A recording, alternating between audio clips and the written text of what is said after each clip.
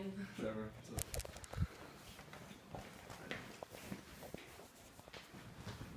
All right. This is a quote from writer Todd Duncan, who said, "What you invest your time in defines who you are." I like this quote because everything I pursue, even with a little amount of passion, helps define who I am. So these are the quotes and some of the facts that I got my sources from. Brainy Quote, Brian Kim, Huffington Post, and Goodreads.com. So, my name is Alex Degelman, and these are 3 things that I know about me.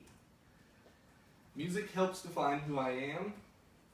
I have a great desire to work in a profession that will allow me to help people recover or improve themselves, and that's physically, mentally, or spiritually. And my relationship with my core group of friends has shaped me into a stronger person. This is a quote from Ray Charles, who said, "I was born with music inside me. Music was one of my parts. It was a necessity for me, like food or water." I don't share the same talent as Ray Charles, but I do share his passion for music. Music is a big part of what defines me. The best way I could describe this is to break it into 2 parts. The first would be the music that comes in. Simply put, this is just the music that I listen to.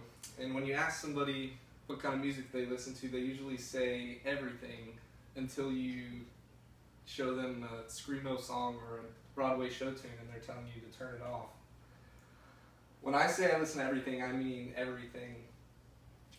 And obviously there's particular genres that I prefer, but I think there's something to be gained from any piece of music.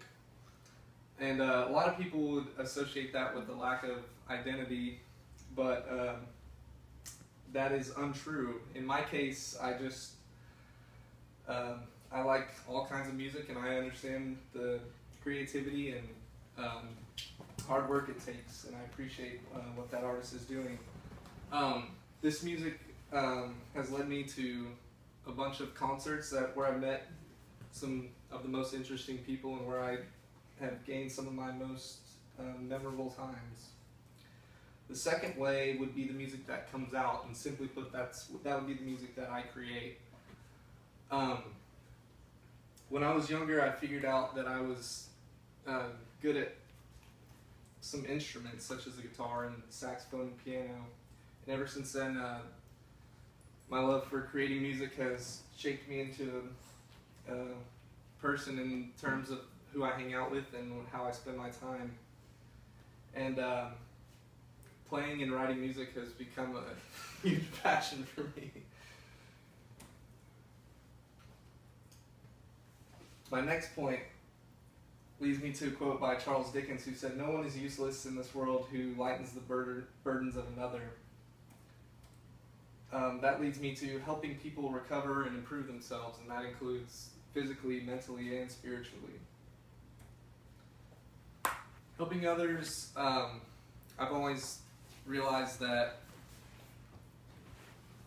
helping others gives somebody what they need, but it also fulfills something within yourself. And that's why I want to become a physical therapist, to help people mentally, physically, and spiritually. And most people would ask, how can physical therapy help mentally and spiritually, not just physically? And firsthand, I can tell you that depends on the therapist. When I was in high school, I tore my ACL and I had to go to physical therapy for that, which ended my hopes of becoming a college soccer player. My physical therapist, Dr. Michael Perkins, not only helped me physically, but he did help me mentally and spiritually. Physically, he helped shape my knee back into its prime, and mentally, he gave me the encouragement to stick with it. And spiritually, his faith in God and praying for me during our training sessions really inspired me to become a physical therapist, and I hope I can do that for others as well. They're still here. Hi. That leads me to my third point, a quote by Henri Nouwen, who said, "When we honestly ask ourselves which person in our lives means the most to us, we often find that it is those who, instead of giving advice, solutions, or cures, have chosen rather to share our pain and touch our wounds with a warm and tender hand." I like this quote, but in my experience, my friends haven't chosen to share my pain. It was forced upon them as well. So, friendship. If you put me and my friends in a dark room together, you wouldn't be able to tell us apart by our personalities. We've been together so long that all our aspects of our personalities somehow morphed into each other. And I think that applies to most groups of friends in terms of how their jokes and actions all come from their conformity as a group of friends and how their personalities morph together. Suffering through hardships with close friends.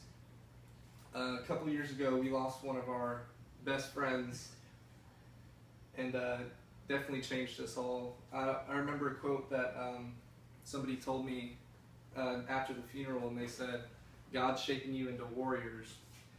And I thought about that for a long time, and I realized He's not shaping us into warriors through showing us someone passing, but how we go through these hardships with our friends is what shapes us into warriors.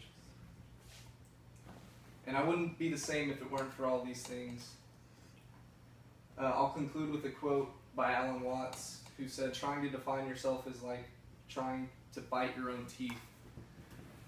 To that I would say, just if you're trying to define yourself, just start from your passions and work your way down from there. Everybody clap.